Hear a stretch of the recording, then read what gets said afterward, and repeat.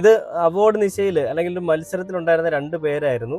ഒന്ന് ആസിഫ് അലിയും മറ്റൊന്ന് മമ്മൂക്കയായിരുന്നു. മമ്മൂക്ക ഉള്ള സമയത്ത് മമ്മൂക്കയ്ക്ക് തന്നെയല്ലേ കിട്ടുള്ളൂ. ആസിഫ് അലിയും ഒന്നിനൊന്ന് മികച്ചൊരു കഥാപാത്രം തന്നെയാണ് ചെയ്തിട്ടുള്ളത്. അല്ലെങ്കിൽ ആസിഫ് അലിയും മമ്മൂക്കയും ഒക്കെ നല്ല രീതിയിലുള്ള കഥാപാത്രങ്ങൾ, അല്ലെങ്കിൽ നല്ല രീതിയിലുള്ള അഭിനയ മികവുകളുള്ള നടന്മാരാണ്.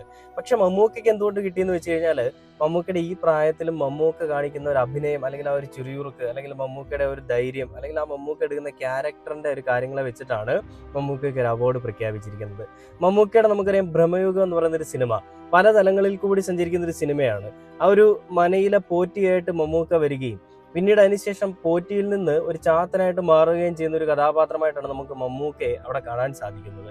ആ മമ്മൂക്കയുടെ അഭിനയ മികവ് നമ്മൾ ആ ഒരു സിനിമയിൽ, അതൊരു സിനിമ മാത്രമല്ല, എല്ലാ സിനിമയിലും നമ്മൾ ഇത്രയും നാൾ കണ്ടിട്ടുള്ള മമ്മൂക്കയുടെ എല്ലാ സിനിമകളിലും മമ്മൂക്കയുടെ ഒരു കഴിവ്, നമ്മൾ അസാമാന്യമായിട്ടുള്ള ഒരു കഴിവ് നമ്മൾ കണ്ടതാണ്. ഈ സൈഡിൽ നിങ്ങൾക്ക് ആ വീഡിയോസ് കാണാൻ സാധിക്കും. അതായത് ഭ്രമയുഗം എന്ന് പറയുന്ന സിനിമയിൽ മമ്മൂക്കയുടെ